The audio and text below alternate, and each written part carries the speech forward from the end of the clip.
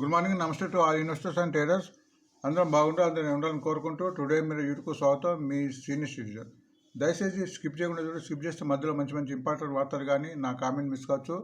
నా కాంటెంట్ నచ్చితే సబ్స్క్రైబ్ చేసుకొని లైక్ చేయగలరు. మీ యొక్క లైక్ సబ్స్క్రైబ్ నాకు మరో సపోర్ట్ ఇస్తుంది. సో ఈరోజు బిజినెస్ న్యూస్ వెళ్ళే ముందు డైలీ లైవ్లో మనం 9 to 10 కలుస్తున్నాము. సో అందులో మనం ఫండమెంటల్ టెక్నిక్ గురించి చర్చ జరుగుతుంది, అది గమనించండి. మీకు ప్రతిసారి చెప్తున్నాను, మన మార్కెట్ పడినా తగ్గినా ప్రతిసారి ఒక 50% క్యాష్ రిజర్వ్ పెట్టుకోవాలి. ఎందుకంటే ఒకప్పుడు మంచి షేర్ పడిపోతాయి, అప్పుడు కొనడానికి వీలు అవుతుంది. అట్లనే ఇప్పుడున్న పరిస్థితుల్లో మార్కెట్ చాలా పీక్లో హైక్ పెరిగింది కాబట్టి 20% అమౌంట్నే మనం వెచ్చించి తర్వాత తగ్గినప్పుడు తీసుకోవాలి, అది గమనించండి.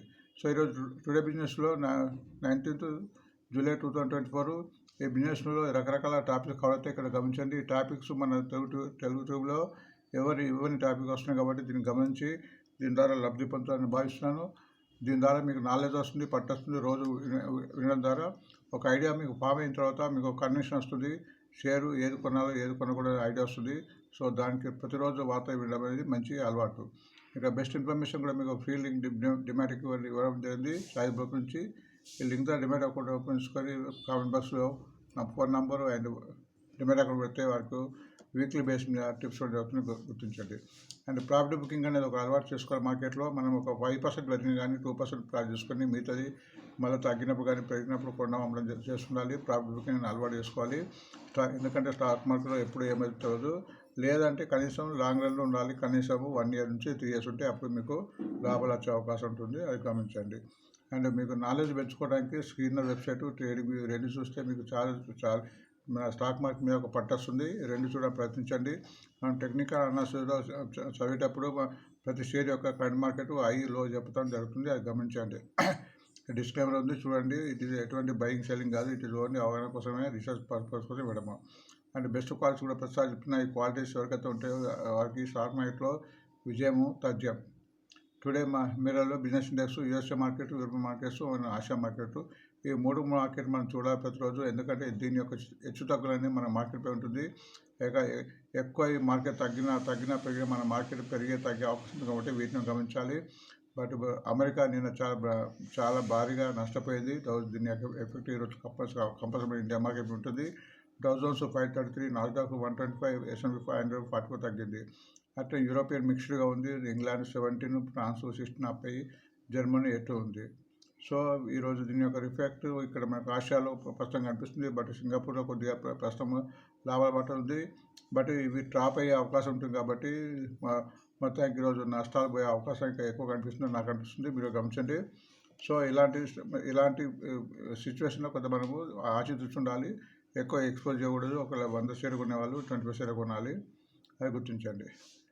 అండ్ ఇండియన్ మార్కెట్స్లో నిన్న ఫారినర్స్ కంటిన్యూ కొంటున్నారు, గమనించండి. 5483.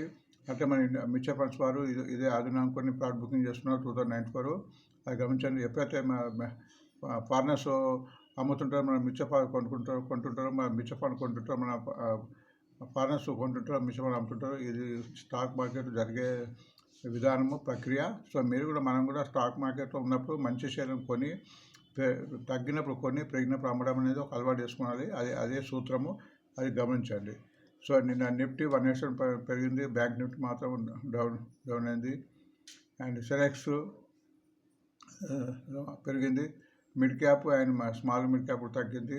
బట్ ఇండెక్స్ పెరుగుతుంది. ఇండెక్స్ పెరగకూడదు. ఇండెక్స్ అంటే ఇది హెచ్చు తగ్గులను చూస్తుంది, వలాటిని చూస్తుంది. సో ఇది పెరిగిన కొద్ది మార్కెట్లో కొద్దిగా పడే అవకాశం ఉంటుంది, లేదంటే హెచ్చు తగ్గులు అయ్యే అవకాశం ఉంటుంది.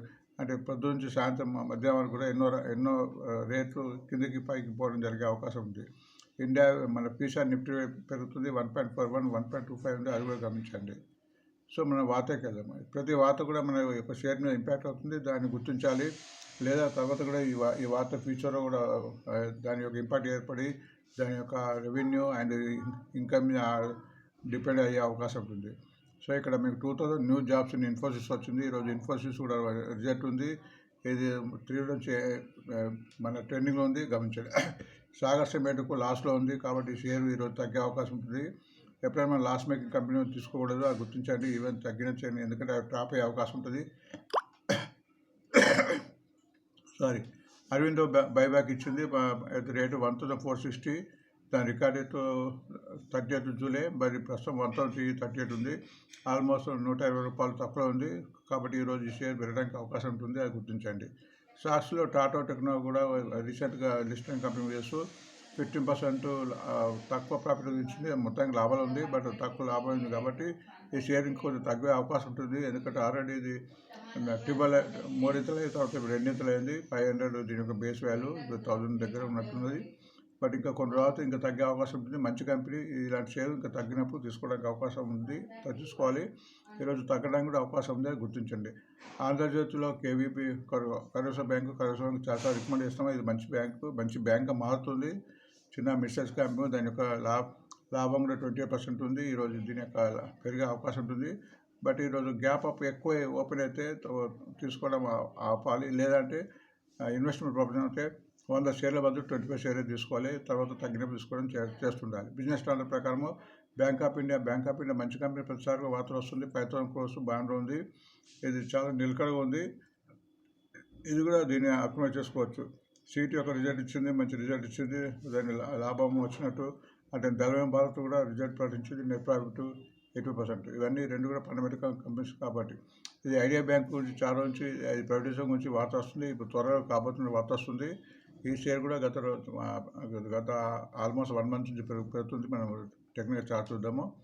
సో ఇది స్లో మూవింగ్గా పెరుగుతుందా గుర్తుంటారు. ఇది ఎప్పుడైతే దీని యొక్క ప్రైవేటైజేషన్ కంప్లీట్ అవుతుందో అప్పుడే దీని మీద ఇంపాక్ట్ అయ్యే అవకాశం ఉంటుంది. ఎవరు తీసుకుంటారు, ఎవరు ఆధ్వర్యంలో ఈ బ్యాంకు నడుస్తుందని తెలిసినప్పుడే దీని యొక్క పెరిగే అవకాశాలు ఎక్కువ ఉంటుంది. ట్రెండింగ్ స్టే కింద కూడా ఐడిబిఐ బ్యాంక్ ఇచ్చారు. నేను ఐడిబిఐ బ్యాంక్ పెరిగారు అండ్ ఓఎన్జీసీ.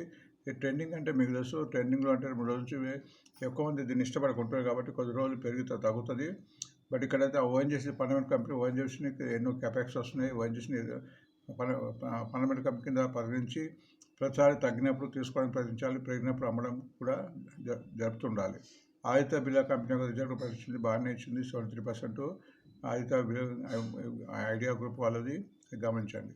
బిజినెస్ ప్రకారం సౌత్ ఇండియా బ్యాంకు, ఇది చిన్న కంపెనీ, లాస్లో ఉంది. మొత్తానికి అయితే నెట్ ప్రాఫిట్ ఉంది. ఇది కూడా ఆల్మోస్ట్ 6-7 రూపీస్ నుంచి 3-4 ఇంతలు అయింది, అది గుర్తించండి. బట్ ఇలాంటి స్టాక్స్ పెరిగిన తర్వాత డ్రాప్ అయిన తర్వాత మళ్ళీ తగ్గుతుంటుంది, అది గుర్తించండి. ఫండమెంటల్ కాని కంపెనీతో ఇబ్బంది అదే ఉంటుంది. హిందూ ప్రకారము గార్డెన్ రీచ్ సిబ్లర్స్కి మళ్ళీ ఆర్డర్ వస్తుంది. ప్రతిసారి ఇప్పటికి గార్డెన్ రీచ్ కూడా చాలా పెరిగింది. బట్ ఈ షేర్ ఫండమెంటల్గా కొనాలనుకుంటే 20% సోర్స్ ఆఫ్ స్టాగర్ మ్యాన్లో కొనాలి. తగ్గినప్పుడు యాడ్ చేసుకుపోవాలి. భవిష్యత్తులో మంచి రిజల్ట్ ఇచ్చే అవకాశం ఉంది. Central bank of India result బాగానే ఇచ్చింది, బంపర్ రిజల్ట్ డబుల్ అని ఇచ్చింది. సో బ్యాంక్స్ అన్నీ కూడా పెడుతున్నాయి. సెంట్రల్ బ్యాంక్ ఇండియా, ఐఓసి, చిన్న చిన్న కూడా. బట్ వాటి యొక్క క్యాపిటల్ చాలా ఉన్నాయి మూలంగా అవి దాని యొక్క ప్రాఫిట్ తక్కువ ఉంటుంది, అది గుర్తించండి. సో ఇవి కాక ఇంకా మీకు 4-5 బ్యాంకులు ప్రతిసారి చెప్తున్నా. మన ఎస్బీఐ తర్వాత Andhra bank, Punjab national bank, Indian bank, Canara bank, ఈ 4-5 అండ్ వీళ్ళతో యూనియన్ బ్యాంక్ ఆఫ్ ఇండియా, ఈ 5 అండ్ మహారాష్ట్ర ఈ మధ్య కూడా భావిస్తుంది. 5-6 బ్యాంకులు బాగానే ఎక్స్పోజ్ ఉంటుంది, పబ్లిక్ బాగానే కొంటుంటారో దాన్ని గుర్తించాలి. అంటే మనం ఎక్కువ లిక్విడ్ ఎవరైతే పబ్లిక్ ఎక్కువ కొంటారో వాటిని ఉండాలి, అది గుర్తించాలి. ఎకనామిక్స్ టైం ప్రకారం ఇండియన్ ఆయిల్ అండ్ ఓఎన్జీస్లో క్యాపెక్స్ అవుతున్నట్టుంది. ఇండియన్ ఆయిల్ 8,500, ఓఎన్జీస్లో 8,000 crores. Indian oil corporation, ONGC మీకు ప్రతిసారి చెప్పాను, మన డివిడెండ్ కూడా 7 రూపీస్. బట్ ఇవి రెండు కూడా తగ్గినప్పుడు తీసుకొని వస్తారు. వీటికి స్టాప్ లాస్ అనేది ఏం పెట్టుకోకూడదు నాకు తెలిసినంత వరకు. ఎందుకంటే దీనికి తగ్గినప్పుడు తీసుకుంటే మళ్ళీ పెరగడానికి అవకాశం ఉంటుంది, మంచి కంపెనీలు కాబట్టి. ఫైనాన్షియల్ ప్రకారం టాటా ప్రభుత్వం మీకు ప్రతిసారి చెప్తున్నా, మళ్ళీ ఒక ఏమో పెట్టుకుంటే ఎన్ఎస్ఎస్పి. ఇక్కడ ఎన్ఎస్ఎస్పి టాటా రెండు కూడా మంచి కంపెనీ. ఈ రెండు కూడా తగ్గినప్పుడు యావరేజ్ చేసుకున్న షేర్స్ను మరి పెరిగినప్పుడు 50% ప్రాఫిట్ బుక్ చేసుకోవాలి. ఇప్పుడు మార్కెట్ ఆల్రెడీ హైలో ఉంది కాబట్టి మనం టార్గెట్ ఇంత అని రీచ్ చేయడానికి మన అవకాశం ఉండదు, ఎందుకంటే మార్కెట్ కరెక్షన్ అవుతాయి. కాబట్టి పెరిగినప్పుడు మనం 5%, 10% అయినప్పుడు కొంత పర్సెంటేజ్ బుక్ చేసుకోవాలి, మనం తగ్గినప్పుడు కొంటుకోవాలి. ఇటువంటి సిచ్యువేషన్ ఉందని నా ఆలోచన. మనీ కంట్రోల్లో మీకు ప్రతిరోజు చూసినప్పుడు long buildup, short buildup. Long buildup అంటే ఈ ఫ్యూచర్ ఆప్షన్స్లో వాళ్ళు ఓపెన్ ఇంట్రెస్ట్ పెరుగుతాయని తీసుకున్నాయి కాబట్టి ఇవి కూడా 2-3 రోజులు పెరిగే అవకాశం ఉంటుంది. ఈ రోజుగా ఖచ్చితంగా పెరగడానికి అవకాశం ఎక్కువ ఉంటుంది. అవి ఏంటంటే India cement, India mart, Muthoot finance, ITC, ICICI Lombard, Coromandel, ONGC మనం ఆల్రెడీ ఇప్పుడు ట్రెండింగ్ అని చెప్పాము. టీసీఎస్, కోటక్ బ్యాంకు, నెస్లే కూడా బాగానే రికమెండ్ అవుతుంది, గుర్తుంది. అట్లా షార్ట్ కవర్ కూడా ఇంతకుముందు వాళ్ళు షేర్లు తీసుకొని షేర్లు అమ్మి ఇప్పుడు కంపల్సరీ తీసుకునే పరిస్థితులు ఉంటాయి కాబట్టి ఇవి కూడా పెట్టడానికి అవకాశం ఉంటుంది. అవి గుర్తించాలి. Apollo hospital, Birla soft, Marico, MLM, Berger paint, Tata consumer, Manappuram finance, Shriram cement, Balakrishna industry and Amrita cement. So ఇవి లాంగ్ బిల్డప్, షార్ట్ బిల్డప్ గుర్తున్నాయి. స్టాకేజ్లో పర్సిస్టెంట్ రిజల్ట్ పాటించేది 306 వర్సెస్ 279, ఇది పెరిగింది గుర్తించండి.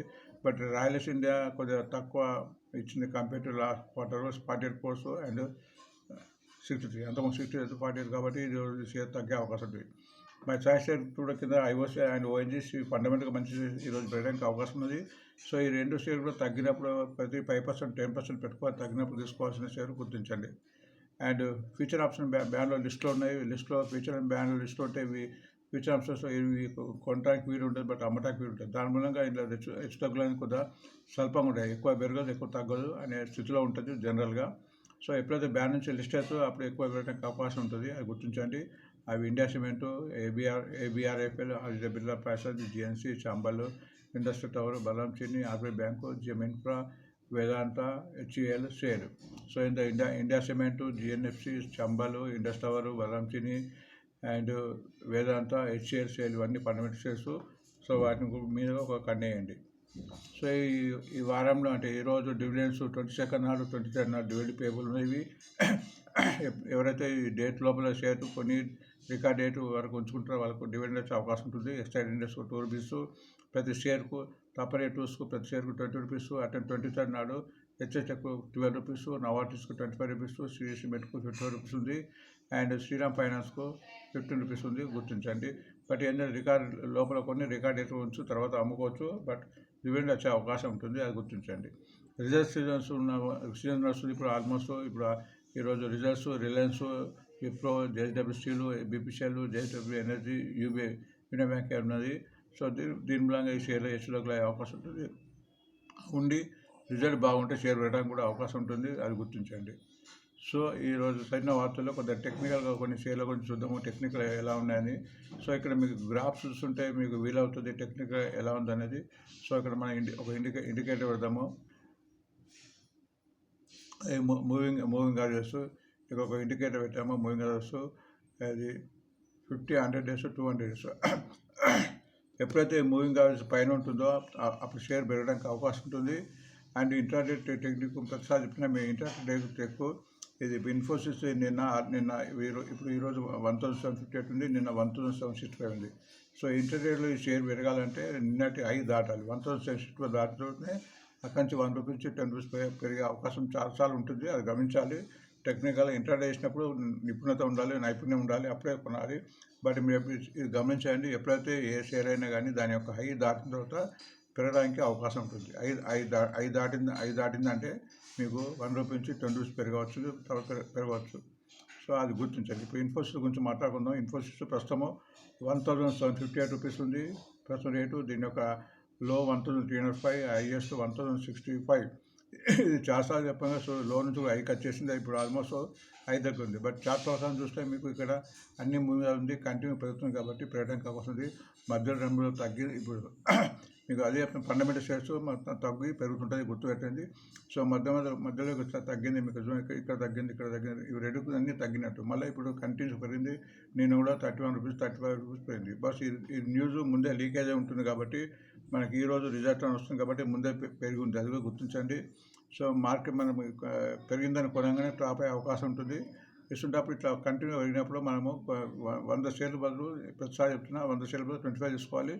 సో మళ్ళీ తగ్గితే మళ్ళీ తగ్గే అవకాశం కంపల్సరీ ఉంటుంది. ఫండమెంటల్ షేర్లో ఎప్పుడు పైకి పోదు, కిందకు వస్తుంటుంది. సో మళ్ళీ మీకు ఇక్కడ 1640 వచ్చే అవకాశం ఉంటుంది కాబట్టి అది గుర్తించండి. సో తగ్గడానికి అవకాశం ఉంటుంది, అది గుర్తించండి. మధ్యలో ఫోన్ వస్తుంది డిస్టర్బెన్స్, సో దాన్ని చేయండి. సారీ. అండ్ నెక్స్ట్ షేర్ వచ్చి అరబిందో